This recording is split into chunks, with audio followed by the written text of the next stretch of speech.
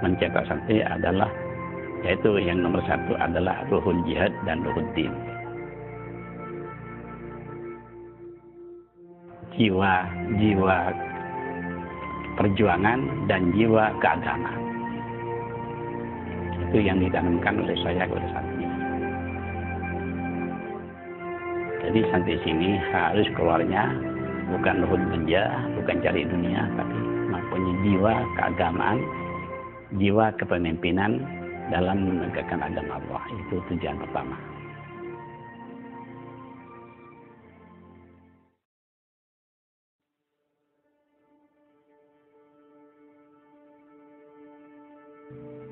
...25 km dari pusat kota Probolinggo, dibangun di tanah seluas 5 hektar, berdiri sebuah pondok pesantren yang bernama Nurul Qadim.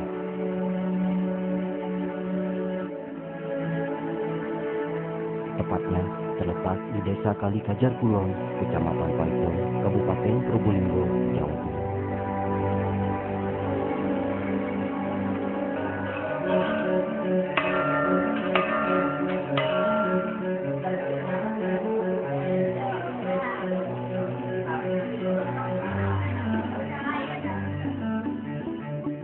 Sebuah perjalanan panjang dan penuh perjuangan untuk dapat membuat pondok pesantren Nurul Qadim menjadi masyhur dan terkenal hingga saat ini.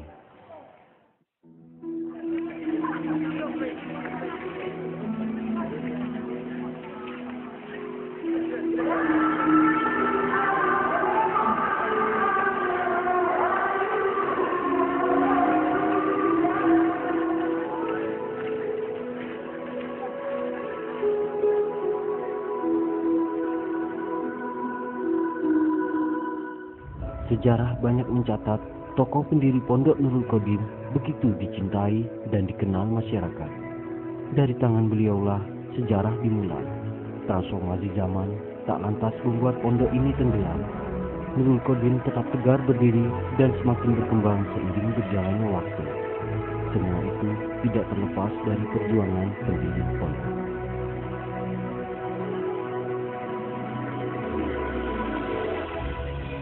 Almarhum Kemeno nikah asal dari Sebung Kemon.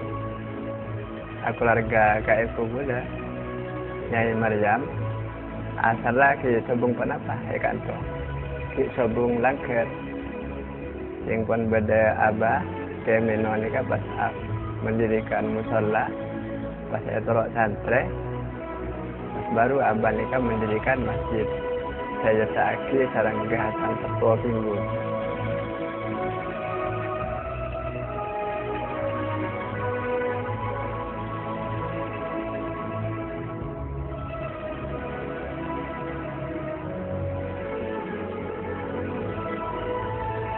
Mulaikan menikah beda santri pun sampai semakin bahasa nyamai Nurul Qadim.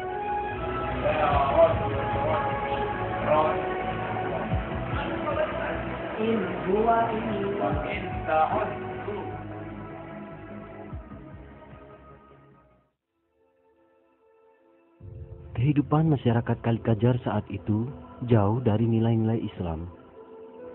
Pengetahuan mengenai Islam masih sulit didapat. Selain terkendalanya informasi, tidak adanya wadah atau tempat belajar agama menjadi salah satu faktor yang membuat masyarakat begitu awam mengenal Islam. Hal inilah yang memicu Kiai Hasyim Mino atau yang lebih akrab dikenal dengan Kiai Mino bertekad memiliki visi yang kuat mengayomi masyarakat untuk belajar agama.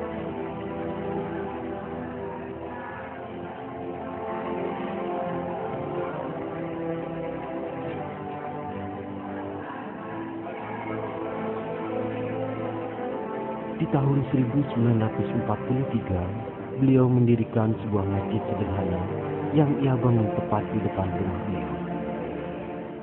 Masjid yang ia bangun bersama santrinya merupakan pondok awal berdirinya Pondok Pesantren Nurul Qadim.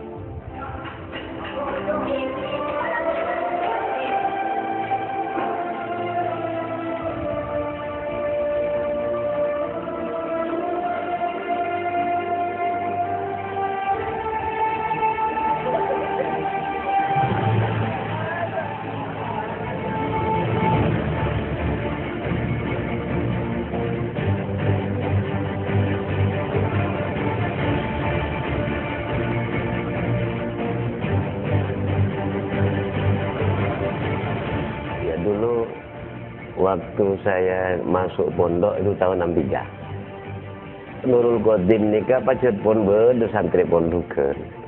Cuman santri pondukeun ni ke kasa. Kamar kiai ni ka sebuah kamar ni kale maan tanda jendela nah. Si kendengi santri ni ketelo kamar ni. Si timur ke tibi ni kendengin kapur, suruh bela ke tibi ni kah pakai kasatoka. Di santri ni tu kamar balum santri bentuk ini kagula ngak kile koran paling banyak 3 ekor kan. Santri pondukeun ni kesebukim. Ki ngaji ni biasa. Sekolahan bacet pun berdemun sekolahan, tapi sekolahan sepertinya kurang terurus ke ruang sering semutuk ni kebanyak lalakon masih bekto sekolah. Masalah kemino bila kadung makon ni kata bekto sekolah lalakon sering. Mun pondukeun bekto kanto sekitar lekoran. Ngan guna sedekah sekitar lekoran ni kan. 3 ekor kurang lebih gini kan. Keng mun santri colok kan lebih 100 pun. Itu kurang lebih tahun 65. Saat itu, wadah pendidikan Islam masih belum terstruktur dengan baik. Santri hanya datang untuk sekedar mengaji dan sholat berjamaah.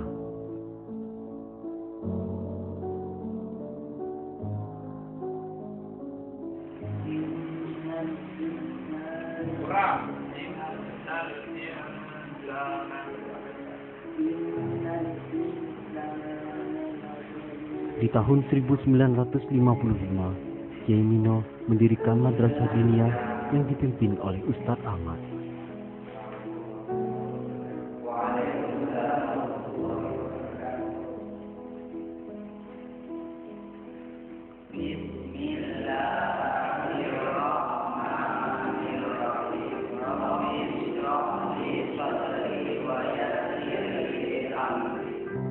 Kegiatan ini berjalan hingga tahun 1963. Almarhum Kemino ini kan ngagungan putra ya kanto. Pertama kakak kaulanya mana Intera Jasuli, terus Yu kaulanya mana Yu Gamat, sarang almarhumah Nyai Salama, pasca terakhir Buddha Hasan Abdul Jalal.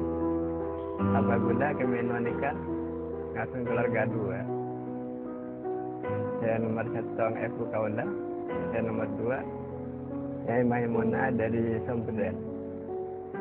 Dari Nyai Maimunah nikah, dari Ibu Maimunah nikah Kemino ngasun putra nomor 1 Mahfud, nomor 2 Hasan Bausi, saya semakin dikenal dengan nama Baginda, nomor 3 Nyai Subaida. Untuk lebih memperdalam ilmu agama, setelah menikah, Kiai Mino memutuskan untuk mempelajari agama di pesantren Zainul Hasan Genggong, yang saat itu masih dipimpin oleh Kiai Hasan Sepuh dan Kiai Samsudin.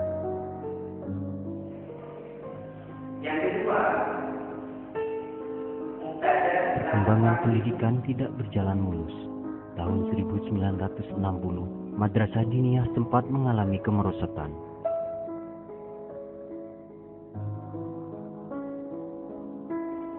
Namun hal ini tidak lantas membuat pendidikan yang dibangun terhenti. Kiai Mino dan Ustadz Ahmad terus berjuang memajukan pondok.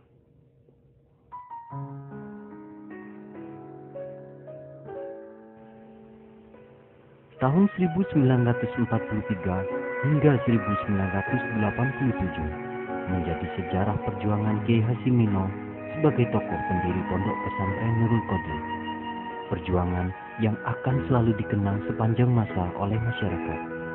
Kerja keras dan kebaikan jasa beliau masih terasa hingga saat ini. Pada akhirnya, Kiai Mino wafat dan kembali ke rahmatullah di tahun 1987. Benar, Gemino saya kantor, buka masjid pun luar biasa, sampai Pak Pelosong masjid. Bung Temo, dalam HP tak Gemino, Sebarak Gemino, sampai Alas Tengah Gemino, Pelampang Gemino, Pak Cantik Gemino, Tandu Merak Gemino, sampai Pak Pelosong, lain musalan. Mereka gemeno sekerot. Sesaja gemeno sampai Pak Pelotong margit lain musalla.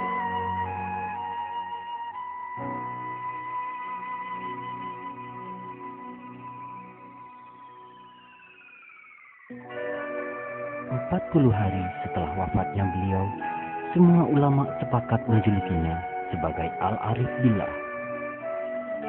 Mereka dari akhlak ke gemeno, bon lampuan gemeno, sampai gula pernah cabes ke setong kiai, kapaiton. Katipun panapa guys sejarah-jarah gemeno. Oh, jong, jarang gemeno kok bikok pun malam ke kandaan jong. Sekandaan bikok pun malam. Kok sampai buda sampai atanya jong. Darmah. Anak apa panjenengan guys mak selama mereka tak sampai toleh ke atas, tak sampai toleh ke langit kan. Boh. Anu nduk meloloh katipun panapa guys. Boh, gula tu ke pengiran. Oh, tu ke Allah. 11 tahun bula tak ongak sekali. Sekarang tu dah mungkin ini. 11 tahun bula guys. Bula ni tak bisa ongak ketat. Karena apa? Tahu dus ke Allah aja, tahu dus ke pengiran. Ini kedua bula. Setelah wafatnya beliau, tokoh penerus perjuangan Pondok Pesantren Nurul Qadin diwariskan kepada Kiai Nuruddin dan Kiai Jalal.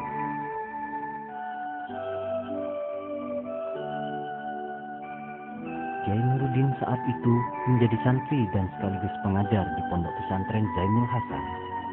Di tahun 1963, beliau memutuskan untuk menikah dengan Nyai Hajah Umi Salama, putri dari Kiai Hasimino, yang saat itu masih berusia 11 tahun. Hal ini juga didorong oleh guru beliau yang meminta Kiai Nuruddin untuk menikah dengan Nyai Umi Salama dan pindah ke Kalikajar. Dari sebab inilah kemudian Kiai Nuruddin berpindah ke Kalikajar dan meneruskan perjuangan Kiai Mino untuk mengembangkan pesantren.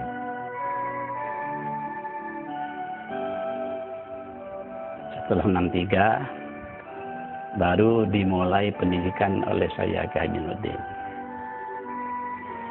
sampai sekarang. Iya, dari 63 ke atas sampai sekarang. Jadi pendidikan dirintis sedikit demi sedikit.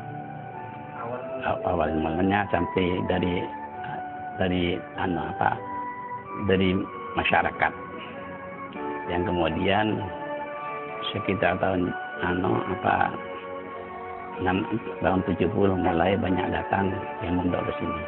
Tahun 1963 menjadi tonggak awal perkembangan pendidikan yang lebih maju di Pondok Pesantren Nurul Qadin. Dengan latar belakang pengalaman mengajar di Pondok Pesantren Zainul Hasan Gendong, Kiai Nuruddin membuat sistem pendidikan yang lebih terstruktur dan memiliki kurikulum yang jelas. Pendidikan pun sedikit demi sedikit mulai berkembang. Diawali dari berdirinya pendidikan dinia tahun 1963.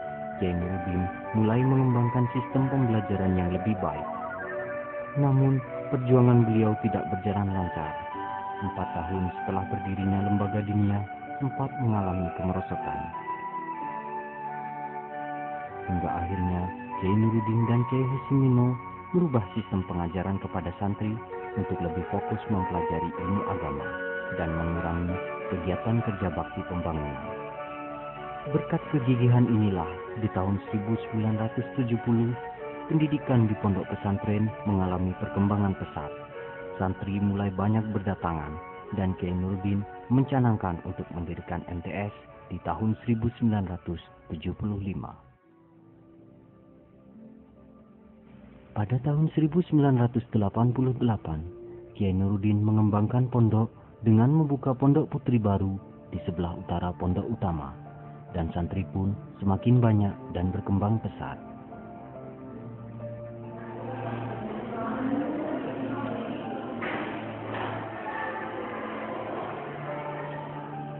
Tokoh lain